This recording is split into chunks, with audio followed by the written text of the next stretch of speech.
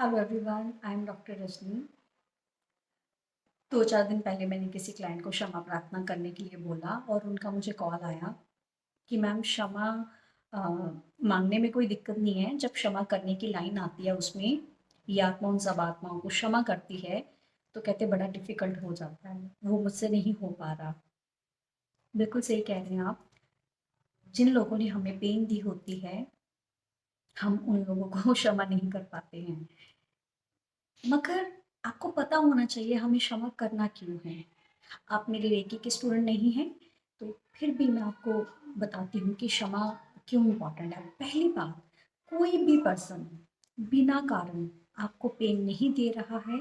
अगर इस जन्म का कर्मास नहीं है, तो वो पिछले जन्म का कर्मास होगा, ठीक है? और नहीं भी हो सकता, ऐसी कोई बात नहीं है। पिछले जन्म का कर्मा भी नहीं हो सकता, आपका कोई लेसन हो सकता है, कोई लर्निंग्स हो सकती है उस पर्सन से, इसलिए उसने ऐसा किया होगा। एक इंसिडेंस आपके लिए क्रिएट कर दिया गया, आपने उससे सीखा, मेंटली इमोशनली ग्रो किए और आपने अपनी लाइफ में आगे बढ़ना है। आप तब तक इमोशनली मेंटली ग्रो नहीं करते हैं जब तक आप उस इंसिडेंस को लेट को नहीं करते। क्योंकि जैसे हम सीख लेते हैं किसी भी चीज़ से, किसी भी इंसिडेंट से हम सीख लेते हैं, तो वो लेट गो हो जाता है। अगर आपकी दृष्टि सही है, आपका नज़र सही है, तो वो लेट गो हो जाता है, ठीक है? मगर हम लोग वैसा नहीं सोचते हैं, हमें लगता है कि उस पर्सन ने हमें बड़ा पेन दिया। 2017 में बात हुई, 5 केजी का वेट उस पर्सन की वजह से आपके ऊपर आया। उसको बार-बार पास्ट में जाकर, जीकर, क्योंकि जितनी बार हम पास्ट के बारे में सोचते हैं, हम उसको जीकर आते हैं। तो उसको मल्टीप्लाई कर लिया हमने अपनी लाइफ में और अब वो 2022 चल रहा है और वो 50 केजी हो गया है। 50 केजी का पेन उठाकर आप कहाँ अपने प्रेज़ेंट को इम्प्रूव कर पाएँगे? पहली बात ये है कि हमें फॉरगिवनेस कर कर उसके ऊपर उपकार नहीं कर रहे, खुद के ऊपर उपकार कर रहे हैं, क्योंकि उस पेन को बार-बार सोचने से आपके अंदर हार्मोन्स वो वाले रिलीज हो रहे हैं जो आपको ज़्यादा प्रॉब्लम कर रहे हैं, पहली बात। दूसरी बात, प्रेम हमें नहीं बांधता है, हमें नेगेटिव या नफ़रत हमें ज़्यादा बांध देती है।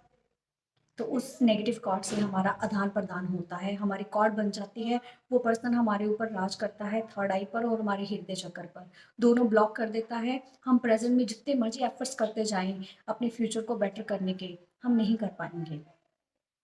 और पास्ट को जीने की वजह से जो प्रेजेंट में हमारे साथ अच्छा हो रहा है, हम उसका भी रस नहीं ले पाते, हम उसको भी इंजॉय नहीं कर पाते। तो फॉरगिवनेस करना इतना ज़रूरी है।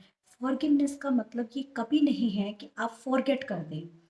फॉरगिवनेस का मतलब जस्ट है let go the negative incidents of your past, not forget. आपने आपकी मेमोरी में वो चीज़ें रहेंगी, आपने लेसन लिया, सीखा, आगे बढ़ गए, मगर हम उसकी पेन नहीं रहेगी। प्रेज़ेंट में उसकी पेन खत्म हो जाएगी, वो पर्सन आपको फिर कभी मिलेगा, आपको दर्द नहीं होगा उसको देखकर, तकलीफ़ नहीं होगी, आप उसको एक स्माइल के साथ मिलेंगे। This is the power of forgiveness. अपनी पावर को जानें, बी अ मोर पावरफुल। जो क्षमा कर देता है, वो ज़्यादा पावरफुल होता है। कई बार देखा हमने, मरने के बाद हम लोगों को बोलते हैं भगवान इसकी आत्मा को शांति दे, जो भी भूल चूक हुई माफ़ हो। तब माफ़ी मांगने का क्या फ़ायदा? तब तो चैप्टर ऑफ हो गया। वो तो कमज़ोरी है आपकी। जीते जी किसी को माफ़ कर सको, वो आपकी पावर है। Use the right power with in you. Thank you.